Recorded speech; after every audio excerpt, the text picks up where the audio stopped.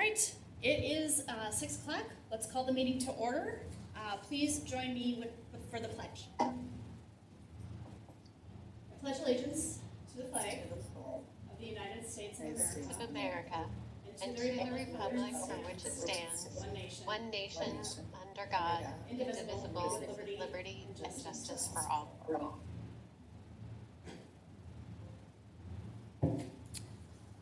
All right, Mr. Mayor, can you take a roll call for attendance, please? Sure. Councilmember Henry?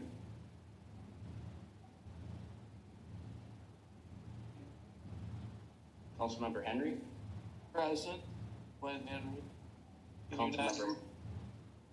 Councilmember Mott? Present. Christy Mott. Councilmember Sayre? Present. Councilmember McKnight? Present. Mayor Johnson? President Courtney Johnson. Right. Welcome, everyone, and thank you for tuning in to tonight's meeting. We value our residents and community members, and even though our doors are temporarily closed during business hours to protect you all, we want to make sure that anyone who wants to participate in our meetings and provide input can do so. State statutes allow the city to conduct meetings by telephone, and the council recently took action to allow our city council and commission meetings to temporarily take place remotely during this pandemic emergency. This meeting will be held open to the public, but precautions as set forth by the Centers for Disease Control, the Minnesota Department of Health, and Carver County Public Health should be exercised. Alternatively, participants can join in this meeting and provide comments remotely via Zoom conferencing services. Zoom is a free service, and it can be accessed via the following. On your mobile device, you can download the Zoom mobile app from either the App Store or Google Play. On desktop devices, you can log into zoom.us from your computer. Or if you want to just dial in using your phone, you would dial in, the number is 1-929-205-6099. When you're prompted, the meeting ID for this meeting is 896-6142-6745. So again, the phone number that you dial is 929-205-6099, and then the meeting ID is 896-6142-6745. For anyone joining us by phone only, please be aware of these important instructions. We are broadcasting and recording this meeting live. You will also need to watch the online broadcast if you'd like to see any visuals presented during the meeting. The link is under upcoming meetings on cityofcarver.com. There could be up to a 1-minute delay from the Zoom conference call to the online broadcast, meaning that it could be a minute ahead of what you're seeing when you're watching the online broadcast on the city's website. Please mute any external devices like your TV, music, or computer speakers to avoid distractions when addressing the council. All participants calling into the meeting will be muted until citizens' comments are recognized. You will be prompted by the mayor to speak at the appropriate time. Lines will be temporarily unmuted when the mayor calls for public comment.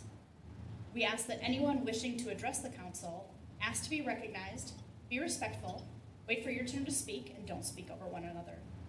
It's important that council members and members of the public be able to hear each other and the discussion. So please speak loudly, speak clearly, and speak directly into your phone or microphone. Please listen carefully to the mayor's cues. Callers wishing to be recognized must speak up to get into the queue when prompted by the mayor. Callers will still need to provide their names and addresses for the record.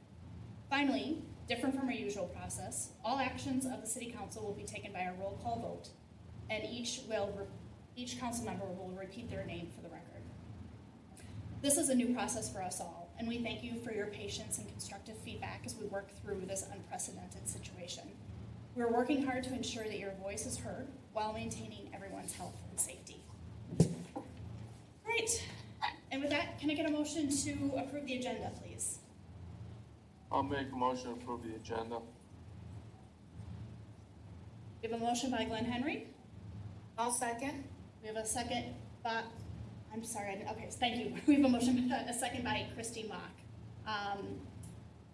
Mr. Merritt, can you please do a roll call vote? Councilmember Henry? Aye. Glenn Henry. Councilmember Mott?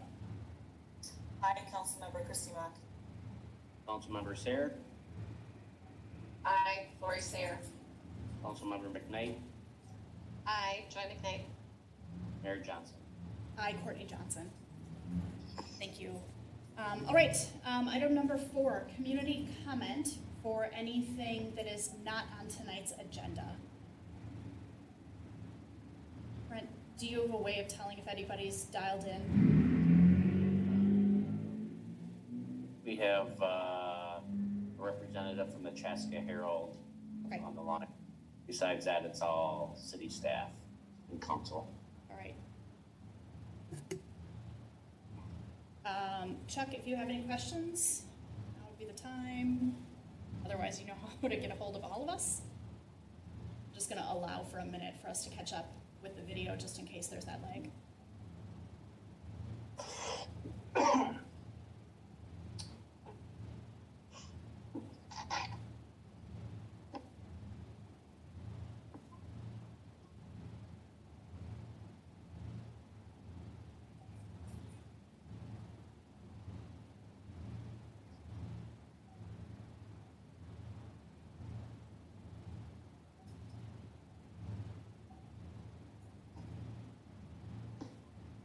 Maybe just a reminder, if everybody can turn off TVs in the background or radios or anything that would provide any kind of background noise, that would be great.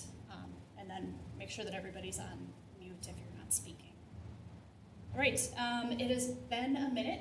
Moving on to presentations and reports. Tonight we are joined by Dr. Richard Scott from Carver County Health and Services to give us a update on COVID-19. Dr. Scott, thank you for joining us tonight. Thank you. It's a privilege to be here. I'm just going to share my screen here to make sure I have it up and ready. And it looks like we are good to go. Great. Well, Mayor Courtney, Mayor Johnson, I appreciate this opportunity to share, to give an update on the status of COVID-19 here in Carver County and what our response has been. I also extend appreciation to the council and those who are able to join in this presentation and this meeting. I will go through some of the slides fairly quickly. I may elaborate on a few others, but I want to make sure we have time at the end for questions and answers as we go through this presentation. I also like just to point out before I begin that our framework for addressing the COVID-19 is making sure that all of our decisions are led by science and facts based on what we know. Of course, that is changing as we learn more about the COVID-19. And also we're doing everything that we can be prepared and not scared. So our motto then has been facts, not fear, prepared, not scared. As many of you know, we're experiencing a more rapid growth of COVID-19 cases in Minnesota. This is actually to be expected because we are ramping up our testing. We have over 7,000 confirmed tests in Minnesota. For cases in Minnesota out of 85,000, almost 86,000 cases. And so if you look at the math on that, it's about 8.4% of the cases are testing positive. In Carver County, we just had 27 cases yesterday, but already up to 39 today. That number is not yet reflected on Minnesota Department's website, but that's brand new. But again, that increase is expected because of the ramping up of testing. We have unfortunately 428 deaths cumulative in Minnesota. Again, 54% increase or so from the last week. 80% of them or so have been from long-term care. We're fortunate in Carver County yet not to have any experienced deaths. Well, you notice with the bar graph on the bottom, the daily death count is going up and down. This is probably a more reflective statistic of what's actually going on in relationship to COVID. It's hard for us to use cases at this point as the best predictor or the best indicator of what's happening because our historical limited testing. We have often thought that the actual number of cases of COVID-19 is anywhere from 10 to 100 times more than confirmed cases, depending on location. So that's not usually the best indicator. But obviously, if people get sick enough, they are going to be going into the hospital. And I have another statistics that shows about hospital utilization. And of course, when people pass away, if it's been attributed to COVID-19, we do indicate that. So as you can see the up and down, obviously today we've had a really low amount of cases. but usually over the weekend, they kind of average those two out, so it's hard to really look at that as definitive for one day. This is the cases of hospitalization as well as ICU. Again, this is probably a better indicator for us to gauge what the status of the pandemic is in our community. And you can see that there's sort of been a steady, pretty consistent levels, slow increase in both hospitalization and ICU capacity. Fortunately, because we have been able to sort of flatten that curve, we are well within our current capacity to meet the needs of those that are sick from COVID. So that's a positive sign. I included this sign, which is a breakout of ages. Many people feel that the only people coming down with the disease are those that are older, and that in fact is not the case. Clearly, those who are older or have pre-existing medical conditions are more at risk for poorer outcomes. But as far as being infected by the disease, it really does affect the vast majority of age ranges. We don't seem to see as many in the younger population, but anytime 20 and over, as you can see, it's pretty evenly distributed across the age groups. And I think that's important to recognize because we still don't know what the long-term consequences of mild cases of this are. And again, so it's not just limited to the elderly. But like I mentioned earlier, again, 80% of the deaths associated with COVID at this point have been primarily due to long-term care. This is a familiar graphic that all of you are familiar with as far as the pandemic curve. This is sort of the flattening of the curve version. The one that would include the actual pandemic without intervention is usually that really tall one there. You can see my mouse going up and down. The reason why I like to point this out is to reiterate that we do not feel we're at the top of the pandemic curve, but we are beginning to sort of slow it down. The rate of increases is stabilizing. And also the reason why I point this out is because you'll notice that our intervention as we ramp up into pandemic management usually starts with containment. Early in the process, you may recall that when we thought that the disease was primarily coming from travelers from China, we were isolating it. We thought primarily the spread was from people who were symptomatic. And we based that information because that's exactly how SARS presented. Those people who had SARS from before, as you may recall from I think 2004 or so, those were primarily contagious during their symptom period. And that was another coronavirus that caused severe acute respiratory syndrome or SARS. And yet now we've discovered that coronavirus is more contagious. It seems to be most contagious early on, either right before they develop symptoms or early symptoms. And that's the newer information that we didn't know before. And I think that's why there has been significant spread. And containment by itself we weren't able to do it because it was spreading before we knew about it. Once that starts to happen, that's when we have to become much more serious about our community mitigation. And of course, that's what then eventually led to businesses closing, school closing, and the stay-at-home order. Pandemic management has historically been about managing scarce resources so that we can flatten the curve in order to provide critical care for those that get sick. And then obviously the demobilization is how do we get back to a new normal? This is important because as we begin to prepare for that new normal, we'll probably going through a reverse order in this service delivery strategy. So what are we doing now? Our primary goal has always been and will continue to be to protect the health and safety of our staff, clients, healthcare providers, first responders, and of course our general public.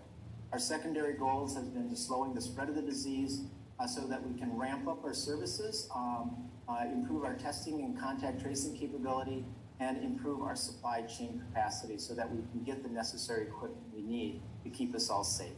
And then secondarily, we've been working really hard to plan for and implement a gradual phased reopening of services and businesses. All of us realize the devastation our strategies have had on the economy and businesses and families.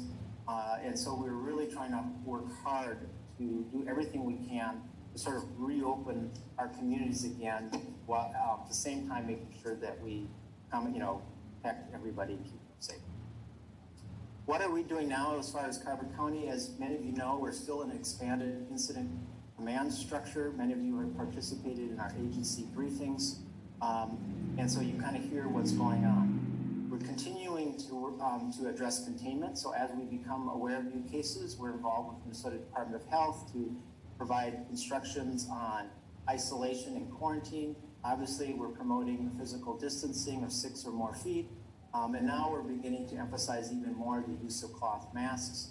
There's research coming out every day that show the value of cloth masks as a way of containing the spread by containing your droplets, because we still feel that's the primary way of spreading is through respiratory droplets.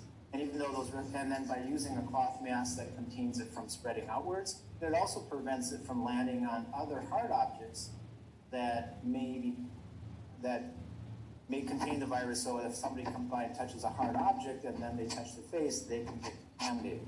But the mask also reduces the droplets on those surfaces as well.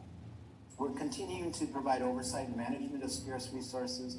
We're working with our healthcare providers, long-term care facilities, and others to make sure that they have the equipment they need. And we've been fortunate here in Carver County because at this point, we're not aware of any confirmed case of COVID-19 in any of our long-term care facilities. And that, part of that might be luck, but we also like to think of it as that we were very proactive in reaching out to those communities early on, making sure that they had the adequate personal protective equipment, making sure they had the appropriate policies in place. They provided visitation restriction early on, and made sure that their staff were trained accordingly to care for their residents. And so I think that's gone a long way in protecting our folks. And that's a positive thing. And I think that's one of the reasons why we yet not had any deaths yet in Carver County. We continue to coordinate awareness and access and utilization of essential services. Many of you may have seen a copy of our Emergency Operations Center Incident Command structure. And we have established units from making sure we're addressing nutrition, to homelessness, to transportation. A call center has been established, and then also a program designed to provide other essential services to families have been established. So we're really trying to do everything we can to support businesses as well as our residents. And then, of course, now we're really trying to build that capacity and preparing for a new normal. One of the things I think most of us are experiencing and heard about is sort of the mental health issues associated with staying at home, with stress on finances and other things. So we're also really building up our mental health support. We have a robust website that has many references about what people can do to address mental wellness. We're also wanting to do more specific reaching out to some of our long-term care and independent living facilities to provide mental health support. And of course, our mental health center, First Street Center, and our satellite locations have been fully operational from the very beginning. We were able to transfer it to a telehealth model early on and had secured third-party reimbursement to the best we can to provide those services. And of course, our mental health crisis response team has been active since during this whole time. So we've been fortunate to be able to provide that level of service. And obviously, we're doing everything we can to communicate both with our residents, our partners, and our staff in many ways, in as many ways as possible. So one of the things I wanted to say here is that as we begin to prepare for the new normal, we need to first start with a reason for caution. There's a quote by Dr. Tom Frieden. He was one of the previous directors of CDC. He was also one of the health officers in New York. And he says that the measures we've taken so far won't protect us from the virus. They only buy us time to prepare for the next phase. And I think that's important to realize because since we've done a pretty good job of containing and flattening the curve, many people feel that that has been an intervention and therefore we have resolved the issue. And that is far from the case. Our social distancing, staying at home, and other things have been our sort of temporary vaccine that has reduced the spread, but they're clearly not a long-term solution. And they clearly are not a curative or a preventative like a vaccine works. We will not be able to return to the way things were as long as people lack immunity to COVID-19 virus. And that can happen in either two ways. Either one, people recover from the disease and have a natural immunity. Excuse me. And right now the science is still out on whether or not how good that immunity is. Some initial studies said that, well, maybe people could still get it. Some more recent studies have come out thinking, well, maybe there's actually some pretty good immunity. But really, vaccines are always the best way, and their vaccines usually even provide a better form of immunity than the actual disease does. And so until that's widely available for all of us, it's going to be hard for us to totally get back to the way things are. But there are ways that we can begin to resume normal activities if we plan for it. But if we do too soon, we can often expect a second wave of the pandemic. And we know that to be the case from previous pandemics. So we have to be careful of that. Having said that, however, there are things that we can definitely do to prepare for a new normal. And basically, it comes down to three main things. We need to have reliable, accurate, and timely data.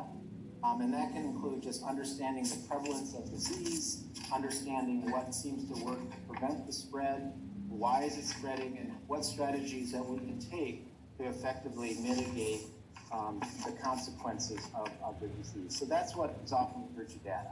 We also need to have a very robust capacity to address not only our current needs in dealing with COVID-19, but contingency plans in the event there might be a resurgence and a widespread community transmission.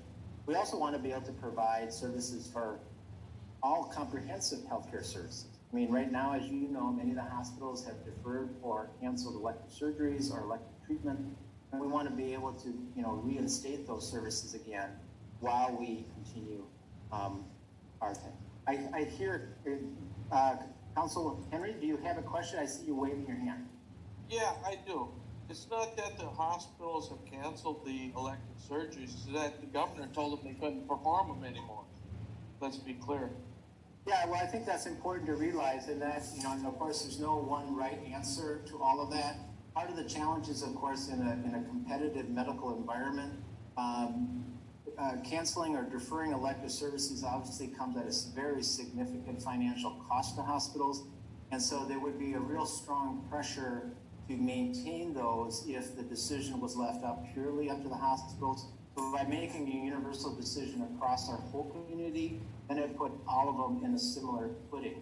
The other reason why that had to be done is often had to do with our concern about the availability of personal protective equipment. And we'll talk a little bit about what that means later. Because of the shortage of that for critical care, by canceling or postponing elective surgeries and or even dental visits, it made sure that we had adequate PPE for servicing patients who would be suffering from COVID-19. As we learn more about this and as we kind of ramp up some of those personal protective equipment, we can begin to resume some of those procedures as well. Because yeah, you're absolutely right. It's come at a very significant cost. My wife is a nurse at a Metropolitan Hospital, and she also is overseeing one of the COVID units. And so she very much is acutely aware of the issues pertaining to that. And then finally, on the three things that are needed, in addition to data capacity, again, is our clear, comprehensible, adaptable, scalable, and enforceable plans. If we're clear about what we feel we need to do, we have the capacity to do it, and we're using data-informed decision-making, I think we can really start pushing the envelope to reopening our communities. What are some of the factors we need to consider, though, as we begin our phased gradual reopening? We need to ask the questions that pertain to three areas. Obviously, our public health, our social distancing, are all of those strategies that we know to be effective right now, but also what are those compelling reasons why we need to push the envelope, not only for our mental health well-being, but also for our economic well-being. So we have to ask the question, as we begin to make choices, how do those choices impact the spread of the disease? Will they provide a minimum impact on that so we won't have to worry? And then, okay, so let's go ahead and do it.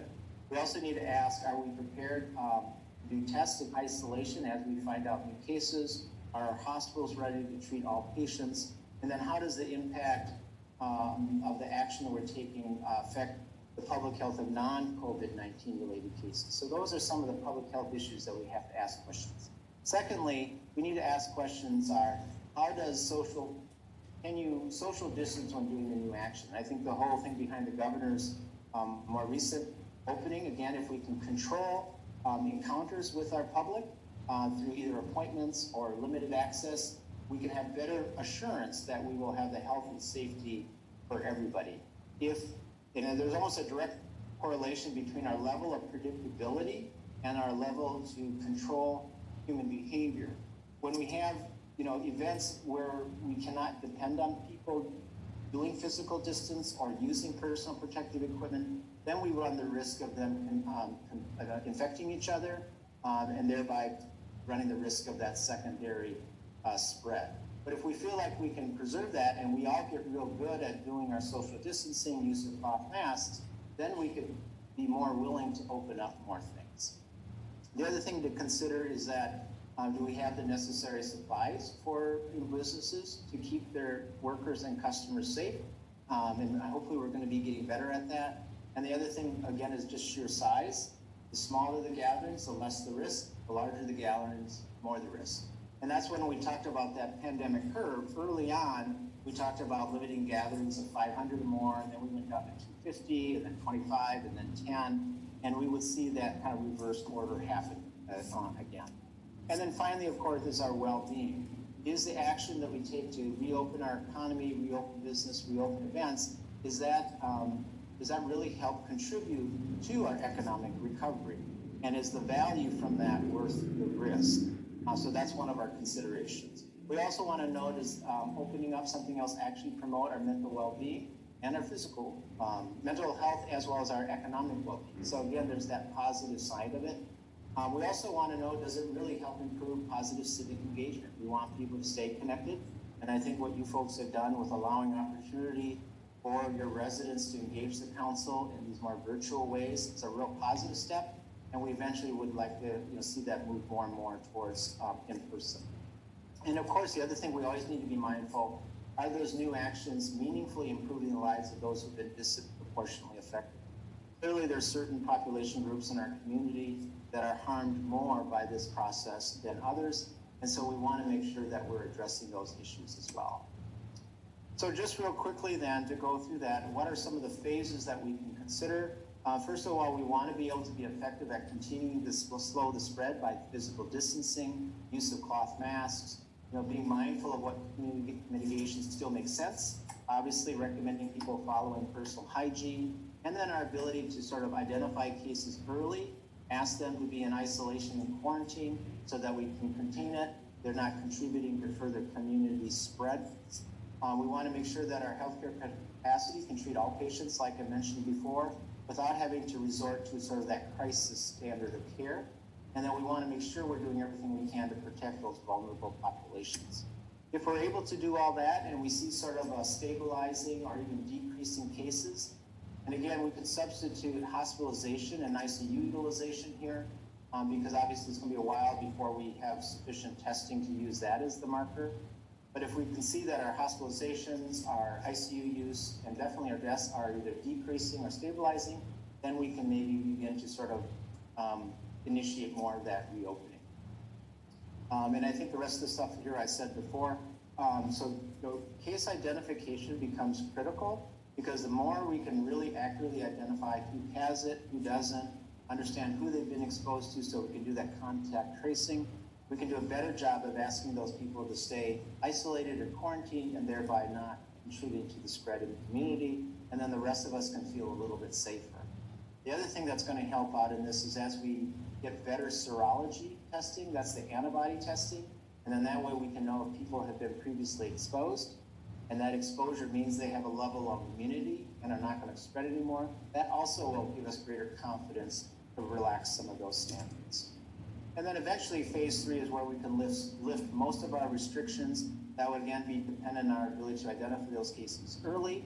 And again, that probably won't happen until we have wide availability of either effective therapeutics or vaccine. And if you've been following the news, it looks like a company by Gilead has come out with a new treatment that might show some promise. I think it's been recently approved by the FDA. So that does give us some hope that we might have some ability to treat those people who do come down with the disease. And then finally, phase 4 is what are we going to do to rebuild our readiness for the future? I mean, one of the things I think that caught us off guard this time, because it was a novel virus, we didn't have sufficient personal protective equipment or other life-sustaining mechanisms. And so that required us then to be a little bit more draconian in a way for those stronger community mitigation strategies. It was just over a year ago that I signed off on our pandemic flu preparation, and that included our ability to ramp up points of distribution for medical counter managers within a 24-hour time frame.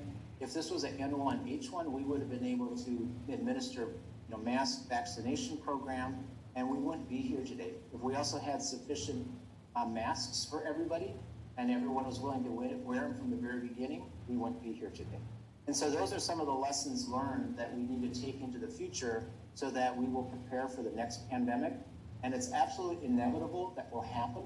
This coronavirus, as well as SARS and MERS, were a virus that was mutated from animal source that found a way into humans. And best estimates that there are over 1.5 million such viruses in the animal world that theoretically could be modified and be eventually transmitted to humans. So mathematically, it's inevitable that we'll have another pandemic. What will help us, though, is that if we have a way of detecting that early and then sufficient equipment, we could institute those things right away so we would never have to experience this major economic shutdown that's happening now. So that's our hope for the future. Again, this is a graphic that you may be seeing from the governor's press conferences, but it basically talks about gradual reopening. It's not a switch, but as we learn more, as we see things working out, we can gradually increase, allowing ever and ever more businesses to open, expanding our ability for social gatherings, and then of course, allowing for more in-school learning as we become more confident that it's safe to do so. Some resources out there, I would encourage you, if you haven't checked out the county's website, we have a very robust website with vetted, accurate, and timely information. We also have links to various locations, so if your businesses are asking for what are some strategies to help us reopen, there's lots of stuff out there from DEEG and CDC and the Chamber, as well as the U.S. Chamber of Commerce, so there's a lot of stuff out there. And I would encourage you to check all that out. And then here's some of those resources, and you're probably familiar with it. This is also included in the situation reports that we've sent out to the cities. So you should have this information already. And then also I like to mention that viruses don't discriminate, so neither should we. Keep in mind that we're all susceptible. No one ethnic or racial or religious background is any more susceptible than others or more likely to transfer it than others. So it's something that's across all of it. So we surely encourage people to be cautious. And if they feel like they're being discriminated because of the risk of having the disease, we surely encourage them to reach out to get the support. So with that, I'd love to entertain any other questions that the council or other listeners may have. All right, Dr. Scott, thank you. I've been participating in the county's calls for 6 weeks, and I've heard a lot of your information, so wanted to have you present to the council so we could all hear it in a more public format, so I appreciate your time. Does anyone have any questions for Dr. Scott? Christy, go ahead. You were talking about antibody testing. Is that currently going on, or what does the future of that look like for people who may have had it so that we can, I guess, what will you do with those test results? Yeah, that's a very good question. And there's a lot of misinformation that is out there about the antibody testing. Clearly, there are many different tests out there that are attempt to identify whether or not a person has been exposed to COVID-19. And as many of you may know, the process that immunity works is that when you're exposed to a disease or illness, your body reacts to that and starts developing antibodies in order to fight it off. And so our ability to detect those antibodies theoretically then allows us to see, one, if we've been exposed to it, and if that antibody load or that is high, then that we can assume that we've developed some form of immunity to it. So the same way that vaccines work. With vaccines, they usually provide either a kind of a clone copy, but a non-disease-causing copy of the germ, or sometimes what they call an attenuated version. In other words, it's still alive, but it's not deadly or not harmful. But then your body recognizes it and develops antibodies. So the next time that it's exposed to that, it has that army already ready to go to fight off that disease. So the challenge is that many of the tests out there are not necessarily ready to tell us what we really want to know. Some of them determine whether or not you have antibodies to the coronavirus, but we're not sure if it's COVID-19 variety. It may be some other variety, so therefore it's not real accurate. The other one is not always accurate. And so therefore there's a high error rate, which means that it may tell you you have immunity, but you don't. And then you go out there thinking you're safe and you're not. The other aspect is that some of them are finger tests and some of them are blood draws. And of course, obviously it's harder to do large scale testing with blood draw than it would be a finger test. But the blood draw ones are shown to be a little bit more accurate than finger tests. So we're working very closely with Minnesota Department of Health, who's working with Mayo and the university and others to really get to a point where we can do mass scale testing of antibodies. We're in frequent communication with Ridgeview Medical Center for that very purpose. And we're right now beginning to draw plans to do mass testing for that, but I don't see that happening anytime soon on a large scale. There are isolated cases where that's happening within the medical community to kind of get a sense of their own staff, as well as doing more research to explore the validity of those tests. That answers your question. Well, let's just, this is hypothetical. Let's say I thought I wanted to check on if I could get an antibody test. What would I do? Is there a place I could call, or do you call your hospital? Are they not doing it on that kind of level? That's a good question. I'm not 100% know if I have the answer to that, but I would always encourage you to reach out to your healthcare provider. You're also welcome to call our helpline. And I think the number I mentioned to you is that, let's see, what did I? Guess I don't have it right here in front of me. I had it on the, oh, here, let me check my own notes here. I committed that one to memory. That's the 952-361-1559. I know that they've been getting several calls, people asking about that. They try to keep an up-to-date list of references. The Minnesota government website now does have a GIS listing of diagnostic testing, but that is not for the serology testing yet. But generally speaking, it's, call your healthcare provider and see what they advise. But generally, widespread antibody testing, from my knowledge, is not yet available. Thank you. And then my other question is for tracking of rebound cases.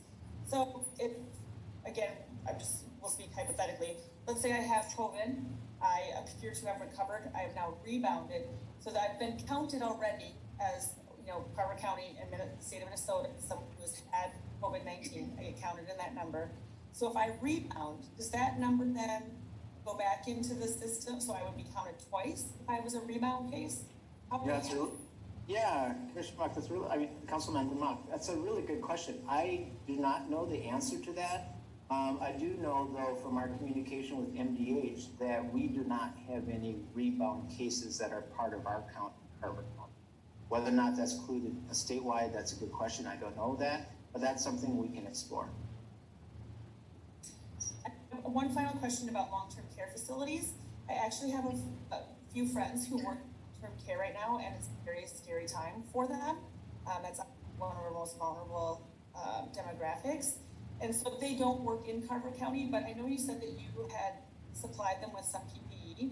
Was that 95, or is this cloth masks, gowns? I mean, can you tell me what the county provided for these KIP units? Sure. Yeah, we were fortunate here because we made a decision early on not to get rid of our recently expired medical grade masks, and that included some N95s, but the vast majority of that were medical grade surgical masks.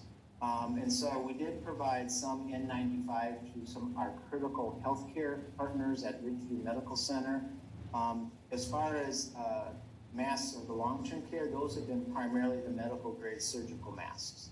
Again, everything is on a continuum. Obviously, the N95s are more of the gold standard for working with what they call aerosolized concern. Now, they do have another level above that called a PAPR, where you have the big full body mask, with the suit and pressure air.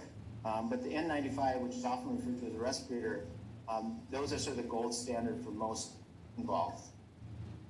We provided, face shields and surgical masks, though, for our long-term care early on. So that with combining that, the face shield will block most of the droplets, and then the surgical mask, which is usually a better fit, will go a long way and protecting the wearer or the healthcare provider from respiratory droplets. In the hospital, it's not uncommon to use medical grade surgical masks for droplet precautions, and that's still what COVID is primarily concerned with. But if they're doing an aerosolizing procedure where they're actually doing swabbing, testing, or forcing coughs to kind of generate more samples, then they would want to use an N95 because that's more aerosolized.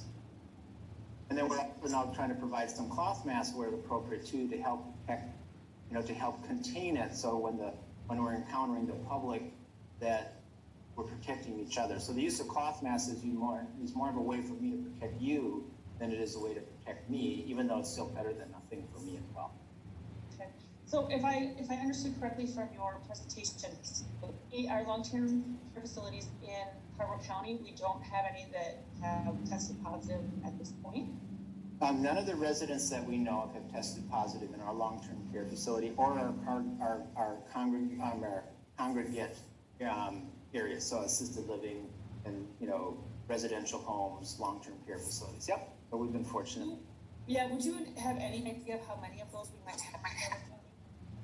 That's a good question. I don't have that off the top of my head. We do have a whole unit dedicated to working with them, and they maintain weekly communication, so I can surely track down that information.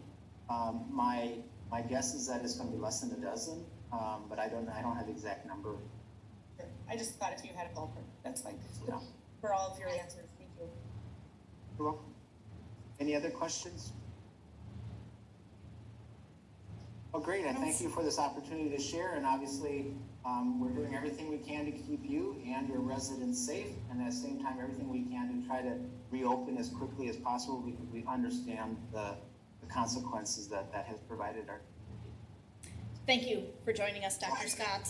I know you've been putting in a lot of late hours, and it looks like you're still at the office, so go home, enjoy the rest of the nice night, and thank you very much for everything you're doing and for presenting. Appreciate it.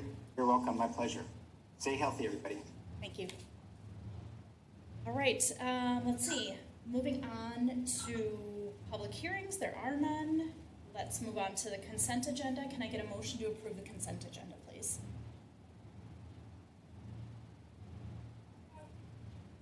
I'll make a motion to approve the consent agenda. We have a motion by Councilmember McKnight I'll second it. and a second by Councilmember Henry. Mr. Mayor, can you please do a roll call vote? Councilmember Henry, Aye. Councilmember Mock, Aye. Councilmember Sayre, Aye. Councilmember McKnight, Aye. and Mayor Johnson. Aye. Motion passes. Thank you. Right. No unfinished business. Under new business, we have 9.1, the COVID-19 response. Mr. Merrick. Thank you, Mayor and Council. As you may remember, we've suspended facility rentals and closed our service counter since Monday, March 16th. We've had staff working full-time during this closure. We've staggered some of our shifts, but have been providing our full service for not only essential services, but the other services. We've had at least one team member at City Hall to answer phones, respond to mail, make deposits, accept deliveries, etc.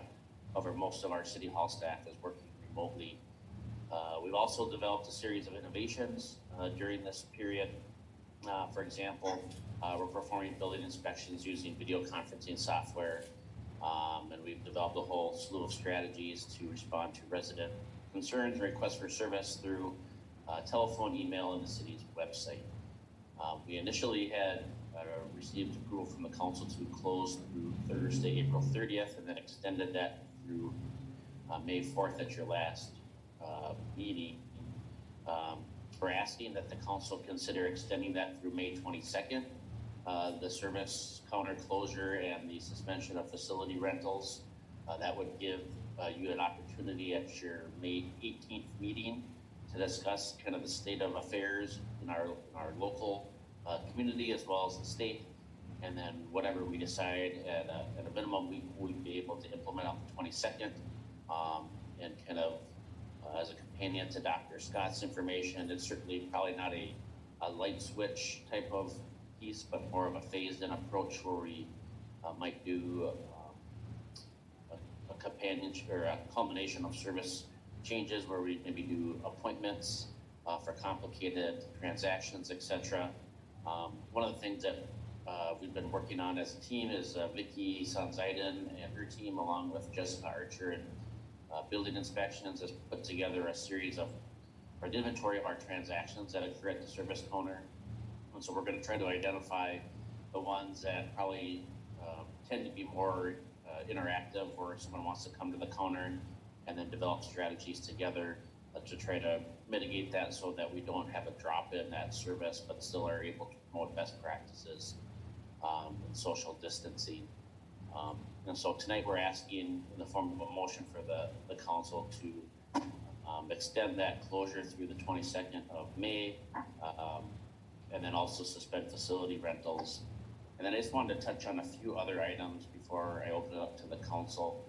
One of the pieces that I've given some guidance on, but if the council has a different position, I'm open to that. I wanted to open up that conversation as it relates to facility rentals, is that I'm inclined, and I've shared with Vicki and her team, that I don't believe the city should accept any additional rentals at this point until we're able to determine when we're able to provide that space safely per CDC guidelines, per state guidelines, to constantly be calling folks, pushing back rental times, and going toward a conversation where we're trying to guess for them when we might be open, I think might be a fool's errand. And so I wanted to provide some clarity for Vicki and your team on that. We're not accepting reservations for our fields, but what we're telling folks is our parks are open. They're welcome to use the fields. We're not establishing priority. They can't guarantee exclusivity for a certain period of time. But if folks can operate safely and be outside, we're all the better for it. And then that gets to my last area. There have been a number of, whether it's calls, emails, social media posts regarding the skate park and the number of folks there, and open to, again, feedback from the council on this. Our position has been we are not going to be in a position to actively, what I'd call police social distancing in outdoor settings. And so we can lock the doors to certain facilities, not take reservations. The alternative approach is to do something similar to Minneapolis, where they're removing basketball hoops and skate park equipment. I do think people can operate safely in there. However, if you caution taped around a skate park, there'd be nothing preventing that same group of 10 to 15 people interacting right next to the skate park. And so it's a matter of individual responsibility. If the council wants to connect with the sheriff's office and ask them to enforce social distancing, I think that's another conversation. But in terms of the park, I just wanted to kind of put those pieces out there for the council to respond to and provide any feedback that you'd like to have the staff consider moving forward. And if you want to make it more formal, we're certainly open to that as well. So happy to answer any questions. All right, thank you, Brent. Questions, comments, feedback for Brent? Brent, our officers get directives from the sheriff's office? I mean, they've already been directed on how to handle or what they should or should not do. Correct. Because they're Carver County sheriffs, so countywide, they're all operating on the same system at this point. Is that correct? Correct. Okay. I think initially when the stay-at-home order came out, there was a rush, and I think I showed the council a sample letter. There was a feeling that a deputy or a police officer from another community was going to pull you over in your car to make sure that you were an essential worker. That's not the kind of environment we're operating in. You can, in larger cities like Minneapolis or larger cities out on the East Coast, they're enforcing that with a little more vigor. And if the council is interested in that or wants that for Carver, you certainly can. But I think there are limits, and I think the sheriff's office would want to do something that was consistent with how they're going to enforce it countywide, with the exclusion of Chaska. Obviously, they have their own police department. But I sorry, Fred. just to finish that thought, I wanted to mention it because there have been a series of posts and emails, whether to the county or to the city, and I'm sure the council may have received them too, of instances where folks might not be using the best practices for social distancing, and so I just wanted to create a space for the council to have that conversation. So I guess for me, I agree with your statement that if they're going to congregate, they were going to do it anyways, regardless of the location.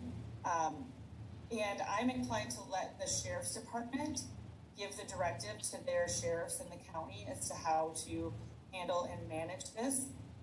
It may be worth, sending them, or talking with Cameron saying, we've had this problem. Is there, what are the sheriffs doing? Is there anything updated on it? Do you have, this is the most up-to-date information, but I'm inclined to let them do what their directives are from their higher ups within the sheriff department.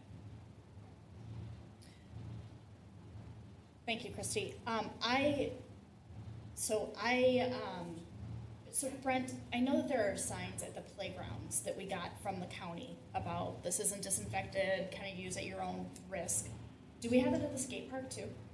Yes, very good point, Mayor Johnson. We have the social distancing signs that talk about recreational play, that this park equipment isn't sanitized. They should use their best judgment, wash hands, etc. And so that's located at the skate park, and then the playgrounds at Community Park, Depot Park, and Lions Park. I think I hit all of them there. But we ended up getting 5 or 6 signs, and the Public Services Department posted them the same day that we received them. So, and I say all this understanding that there are undoubtedly folks that are concerned, that are on the front lines, and so there is a little bit of frustration, and as with anything, there are some folks that are maybe have a different opinion about what best practices are. But again, I think that reinforces that that might be a decision that the sheriff's office and other folks need to make. But again, if the council wants to pursue a different path, we're open to talking about that and making those changes. My feeling is that, while I might not agree with it, and I am not necessarily going to be using the skate park with a dozen of my friends, I think that our deputies have better things to do with their time than to be the social distancing police. I think that's certainly a different scenario if all of a sudden it looks like somebody is having a family reunion under the park shelter at Community Park. But I think if there are kids outside and being active and using our park facilities, I don't have any concerns with that. I think, it might not hurt if we have reminders of social distancing, but I think the signs can serve that purpose, as well as perhaps, I think that our deputies could be busy for the duration of their 8-hour shifts if we get into the place where we're having folks call in with social distancing concerns, and I don't think that that's the role of our police coverage at this time, especially when there are more pressing issues in our community.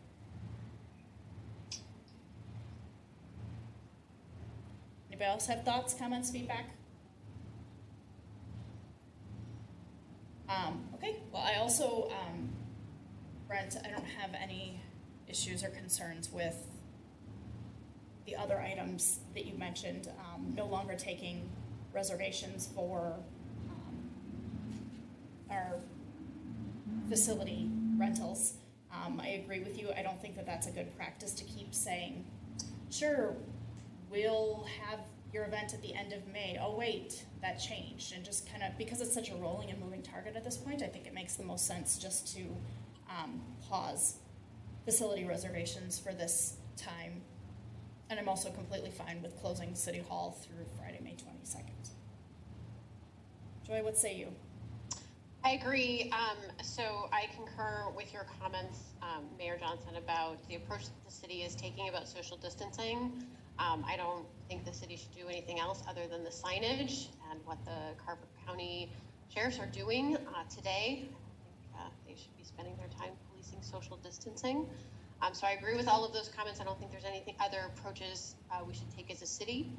I also concur with the not taking any more reservations. I think that once we know when we can take reservations for our facilities, our staff is extremely efficient and can process those requests quickly and respond quickly to requests. So there shouldn't be any delay if somebody needs a facility rental as soon as we're able to offer it. So I'm comfortable with putting a hold on those as well. Thank you. Lori, you're next on the screen on my order here. No concerns. I like that we're aligning with the dates from when our next meeting is, as well as what the governor has implemented. Thoughts on playgrounds, Lori?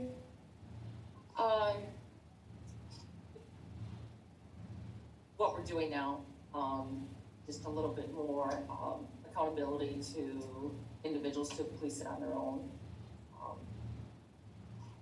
And I know not all kids have that capability, but it's a balance to be able to have them be outside, possible have some social interaction from a distance. So I am comfortable with what we have in place now.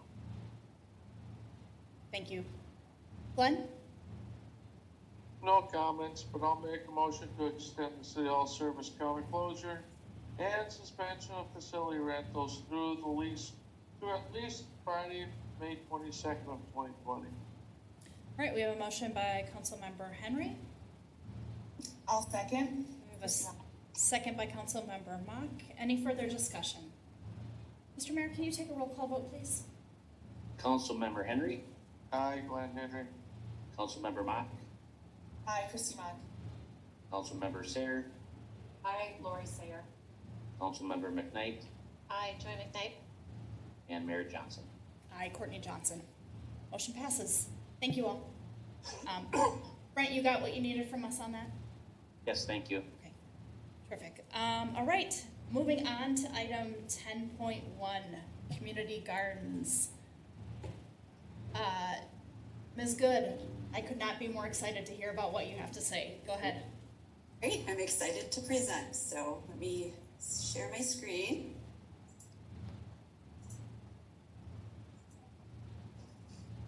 Okay, thank you, Mayor and Council. During a previous work session, the City Council expressed an interest in establishing community gardens in Carver.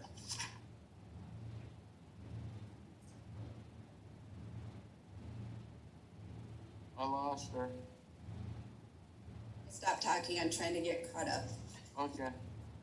Sorry about that, wasn't advancing my slide.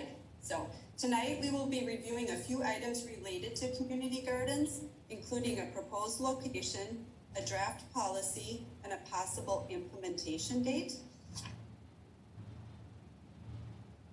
City staff met and identified a few key components for selecting a location, including a downtown location, a location with easy access that also offers a discrete area, a relatively flat area with direct sunlight, and access to running water.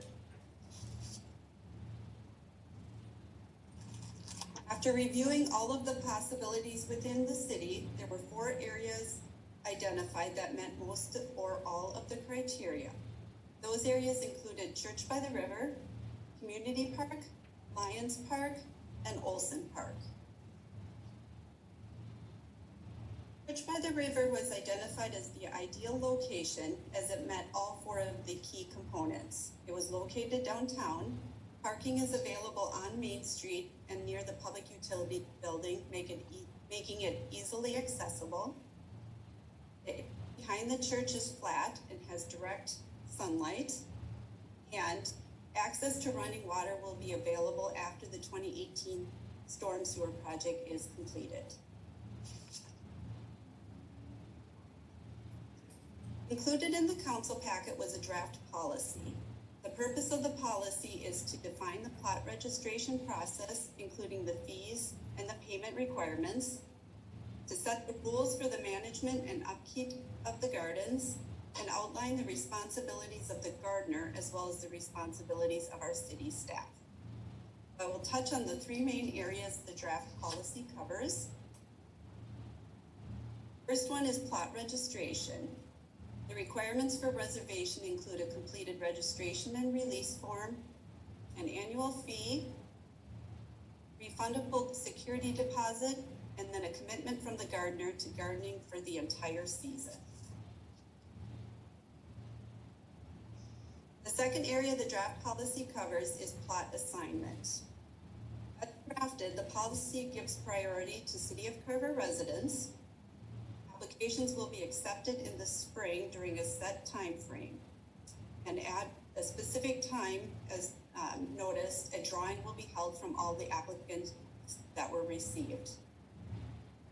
The drawing, if there are any open plots remaining, they may be awarded to current plot holders who wish to reserve an additional plot.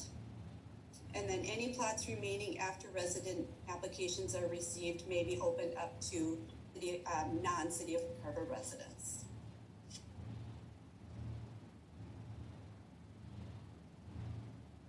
The last part of the policy that was drafted contains the gardening rules.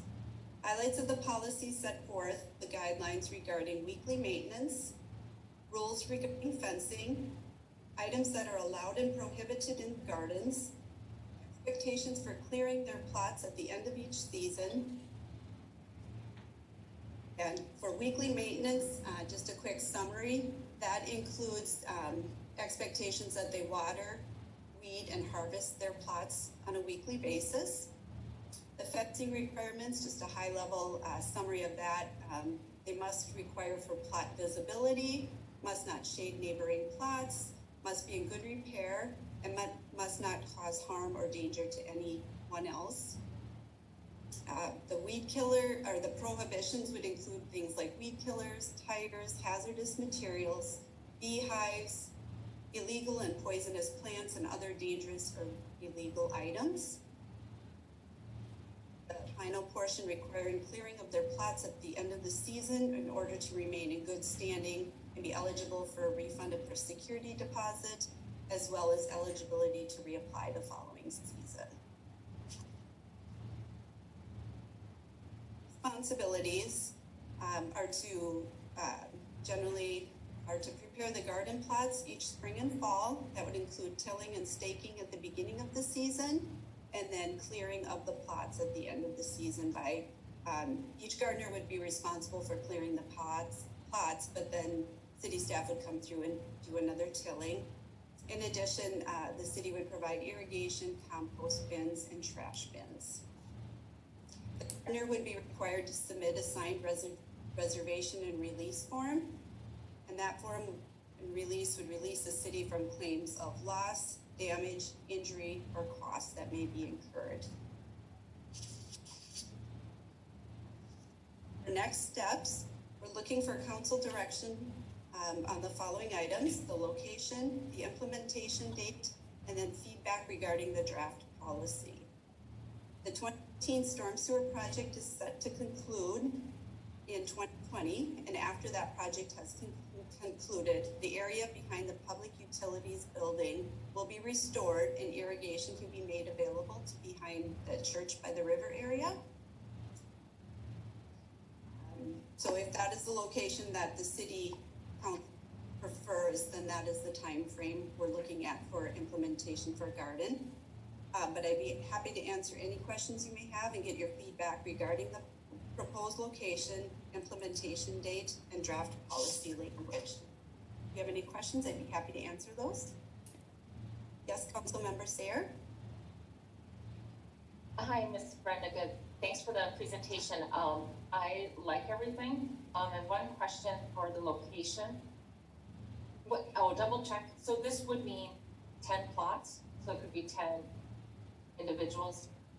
Correct. I'll walk back to that slide. Yeah. So for this location, when the program grows, I anticipate it will be successful. Will we be able to add more plots? Probably not at this location, but we could certainly take a look at some of the other locations that were proposed and, you know, see if there's some opportunities there. This was also drawn out roughly to scale, so I will say that they are approximately 10 by 10 plots, but there's definitely, as you can see, some flexibility. If a 10 by 10 plot seems small, maybe the council would want to do some different size plots as well. Based on research I did with other cities, plots can vary from 8 feet to 20 feet and anywhere in between. So we just kind of chose this as a starting point. That was my only question and feedback. Thank you. You're welcome. Thanks, Lori.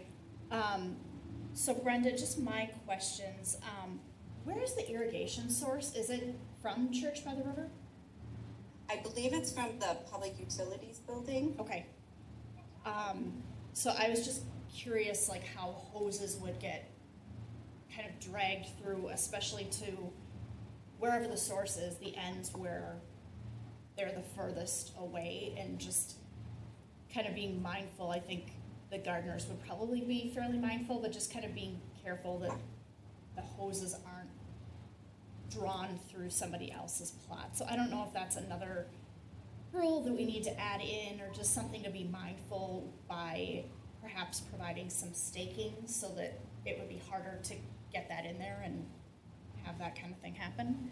Sure. And Courtney, to clarify, I think that it'll come from the Public Utilities Building, but it'll be kind of run underground to come to like a spigot or something in the lot behind the church.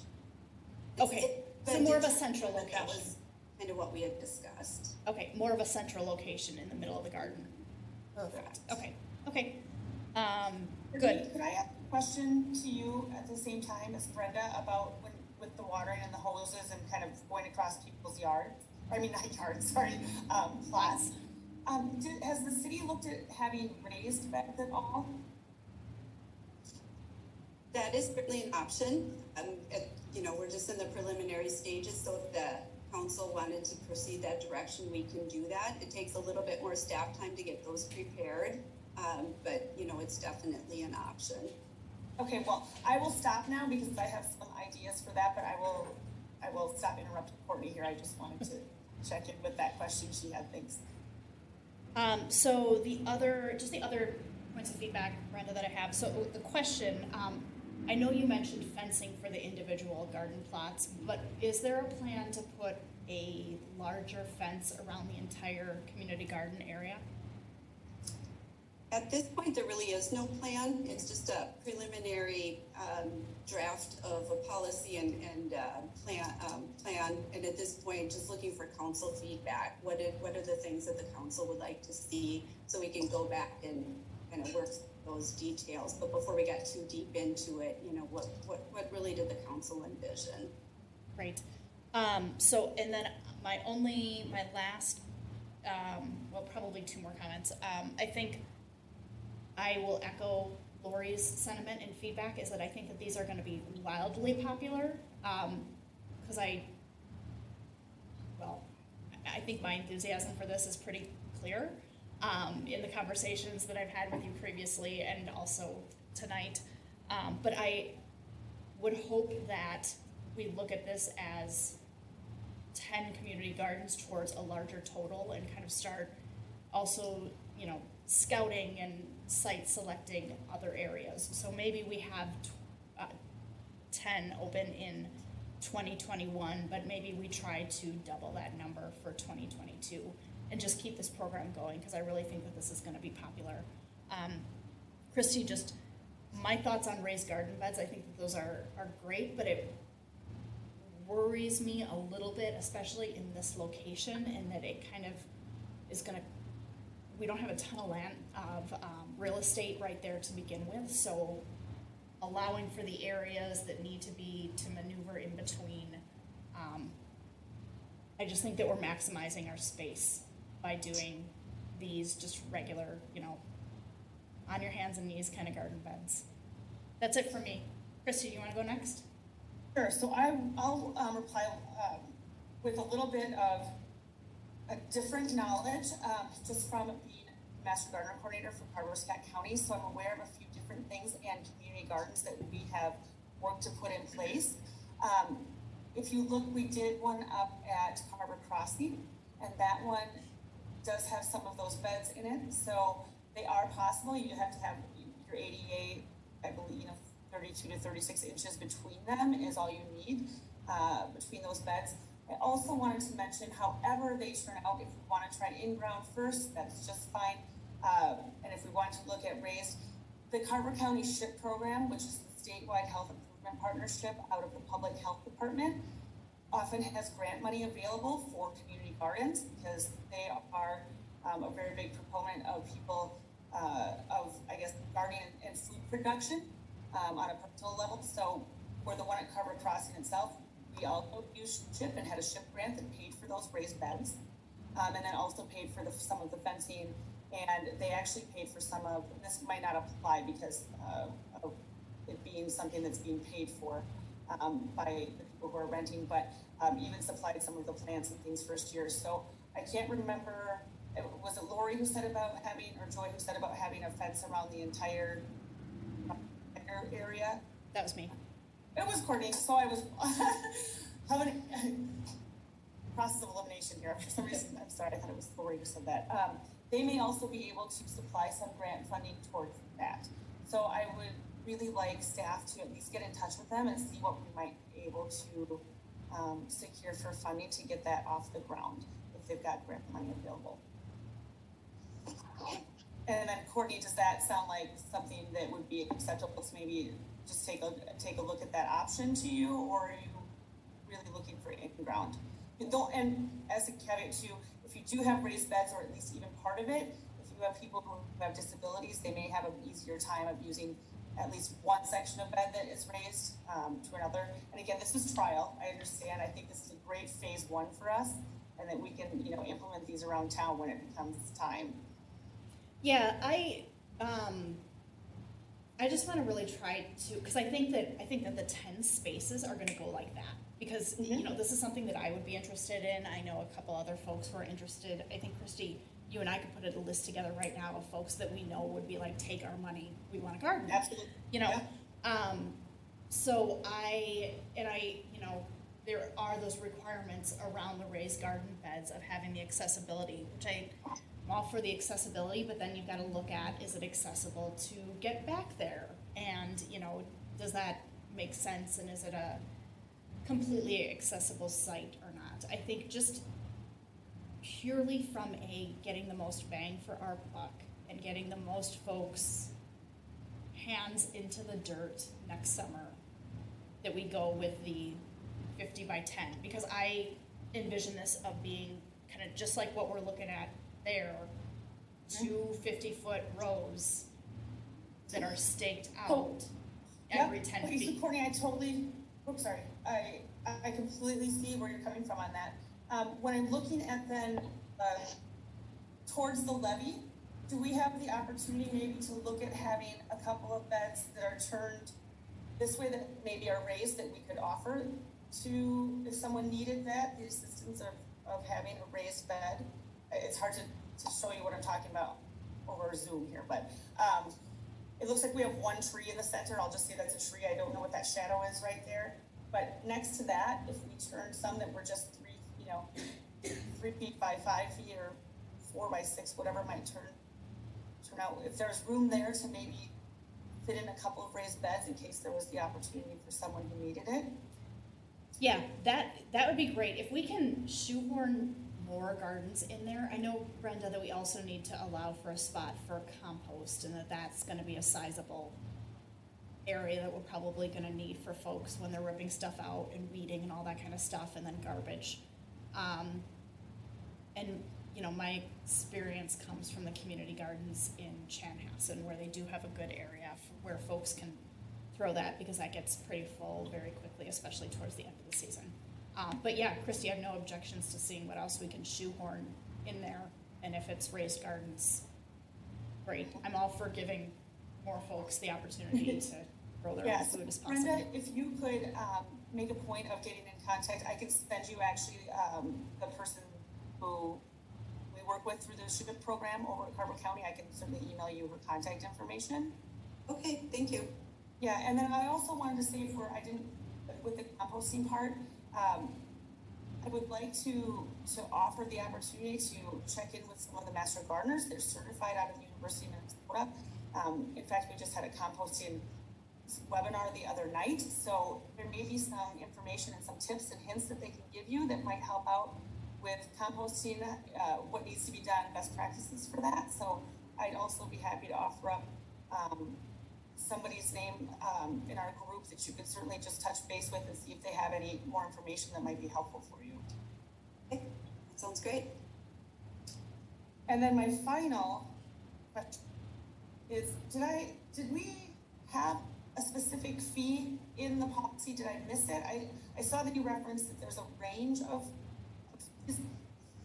We haven't, I did not include that yet. I didn't know what the sizing would be, things like that. You know, if the council wants to go ahead and establish a fee at this point, we can, but I anticipate this will come back, another time. And maybe at that point, we can kind of, when we've got the criteria established, kind of have a better feel for what it maybe should be. Great, thank you. I just want to make sure I didn't miss it. That's all. All right, thank you, Christy. Who else has, go ahead, Joy. My first question is, where's Olson Park? That was one of the sites considered. Yep, up by Carver Crossing. Hartwell Drive. Okay. Right up there. Okay. So I am fully supportive of this. I am sure these lots are going to sell like hotcakes. Out of the criteria that you use to evaluate potential sites, I think this one is an optimal one from a gardening location perspective, and I'm sure that's why they're going to sell like hotcakes. But where is the next best option for us based upon the analysis that you did? No, not to commit you or anything like that. Sure. This was the only one really that provided the irrigation. It was kind of one of the driving forces for our selection. There may be other options if there is not irrigation available. I'm not sure. We'd have to take a look at that. Sure. I guess all the criteria is important. I don't have an answer to that. If the council has strong feelings on something, I don't know, there's some benefits to things not being right out like at street level, kind of tucked away where it's not overly comfortable. Parking is important too. So if council had feedback on a location, or if there's some location that we haven't considered, I'd be open to, reviewing that with the staff as well. Okay. I think the locations that you looked at are appropriate. I just was curious as to, what some of the issues were, but irrigation completely makes sense. But I guess as the recommendation from Mayor Johnson and Councilmember Mock, let's take a look at what kind of the next steps are to expand this, assuming that this is going to be a high demand item. Okay.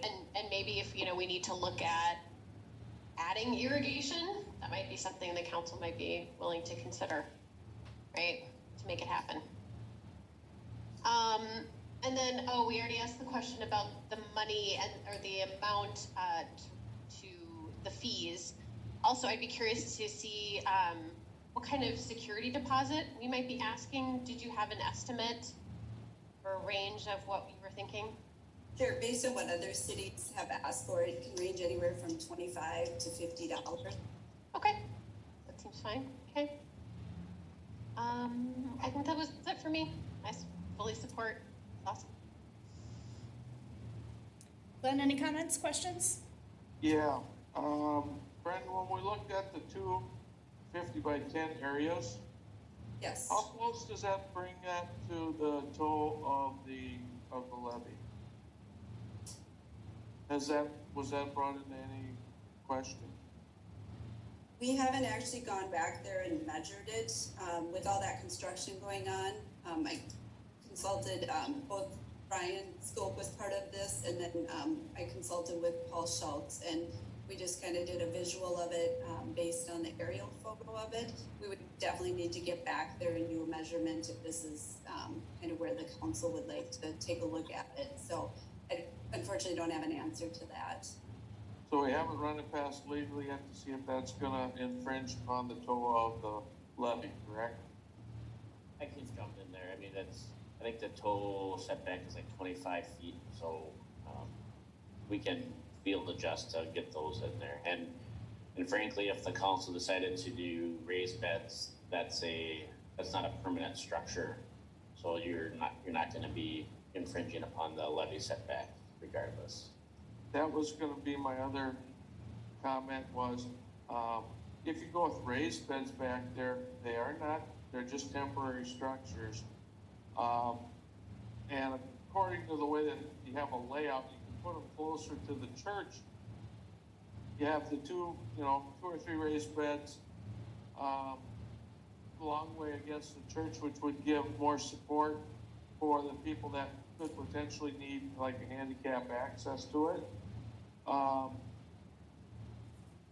But that would leave ample room behind there for raised beds. Is that a fence on the east side of the property line there? I think it is. I can't confirm it, but I believe talking with Paul Schultz that he had indicated there was a fence there. At least at one time there was. Got It it. is still there. It's still there, Glenn. Okay. Okay. No, I like the concept, I like the idea, and I think that the in grounds are fine, but I think if we wanted to expand upon it, if we went with raised beds, we could put a lot more back there. That's just, but we can look at that next year, when we expand upon that, but I think they'll go. And, I don't have a problem with the 25 to 50 for a deposit. I think if we go with like a 30 or 35 fee for the first year, for the plots, it doesn't give it to them for free, but then again, it's not a $50 bill for them. So we want everybody to have an opportunity in Carver, at least the ones that want to have a little garden area, to be able to afford it. So I'm all for it. Looks good. That's all I got. Yeah, and I would like to see if the fees, so that we could, for me, as low as possible. I mean, food production itself has become kind of a hot topic. Obviously, we know what certain shortages during this time have been happening, and we're seeing that that's becoming a big trend, or trending more to have home or personal food production happen. So for me, I would like to have the fee to be as low as we think we can go, in order for people to reap the best return on that investment of that plot that they're gardening in. Brenda, correct me if I'm wrong, but I believe you've done some research as to what other communities are charging for rental, right? And could share that when we get to the point where we're making that decision. Right, and I do have it in front of me, like it's as low as $10 per plot, up to $25 per plot. Some of those, the size of the beds is quite a bit bigger, and some of it's actually smaller too, because of the raised beds. They tend to be a little bit smaller sometimes too, but I do have that information and can put that together for the next presentation. Super, thank you. And I agree with you, Christy.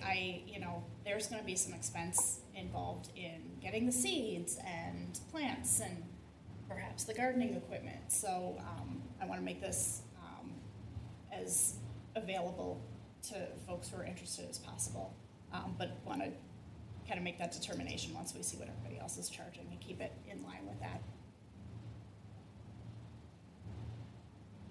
Brenda, do you have what you need from us? I do think so, yes, thank you. Okay. Really excited about this. Thank you so much. You're welcome. All right.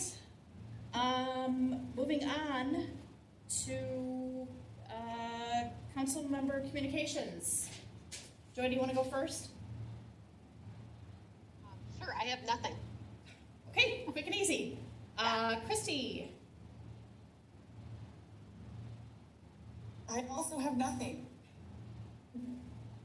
Hey, do you have results from the blood drive?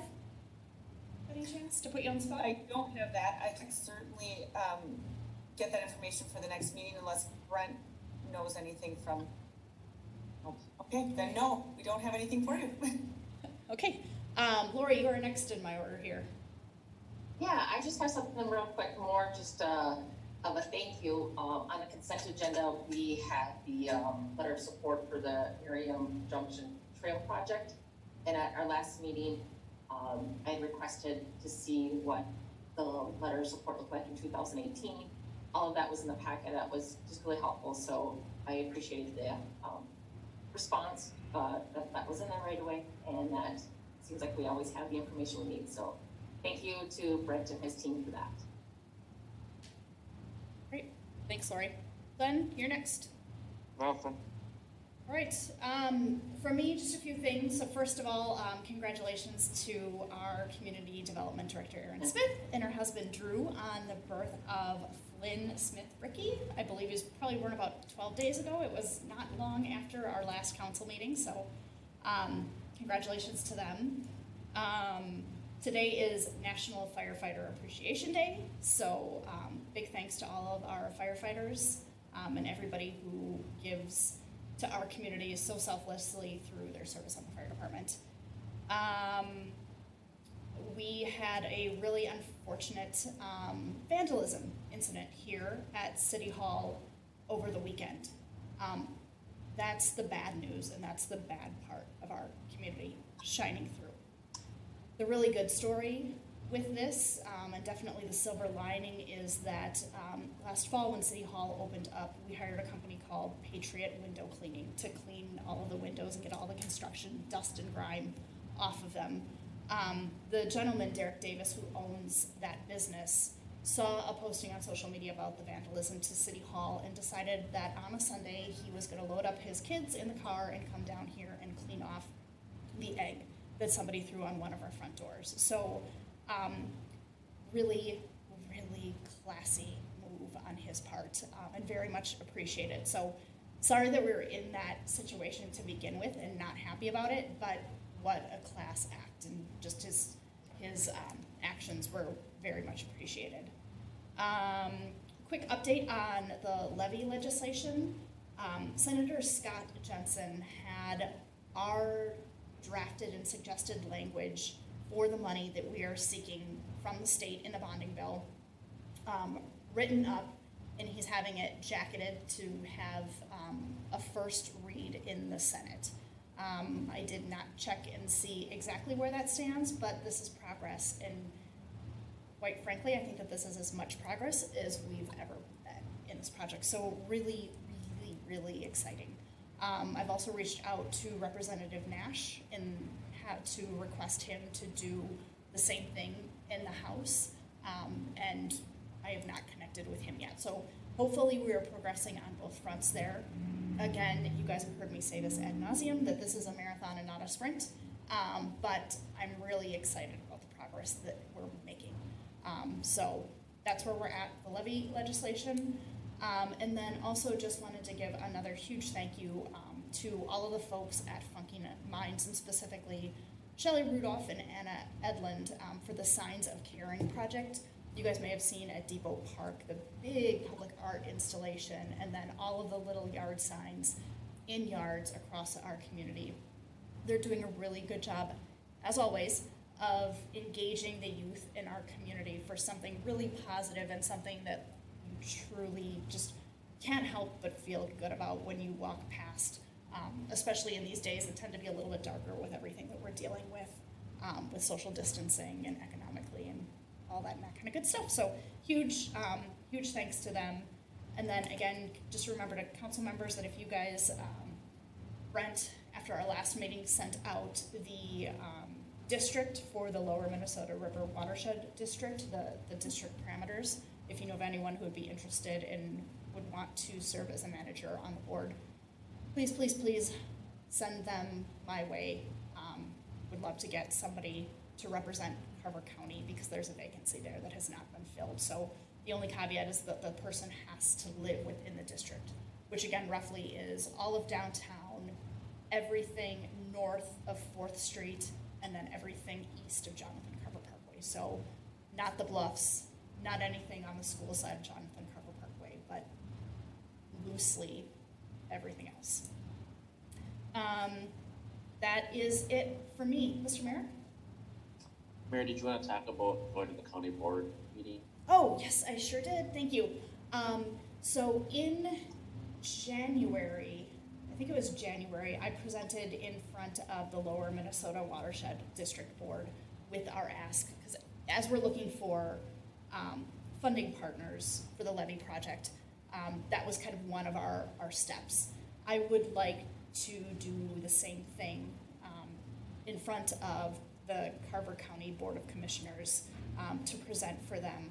I am hopeful that they would potentially have some funds available through their emergency response grants, or might have a clearer line of sight to some other local, state, or national funding that we could use towards this project. So I just wanted to share that with the council, that is something that we are working to hopefully get on an agenda for the Carver County Board sometime soon. What else did I forget, Brian? I think that's it. Okay, thank you.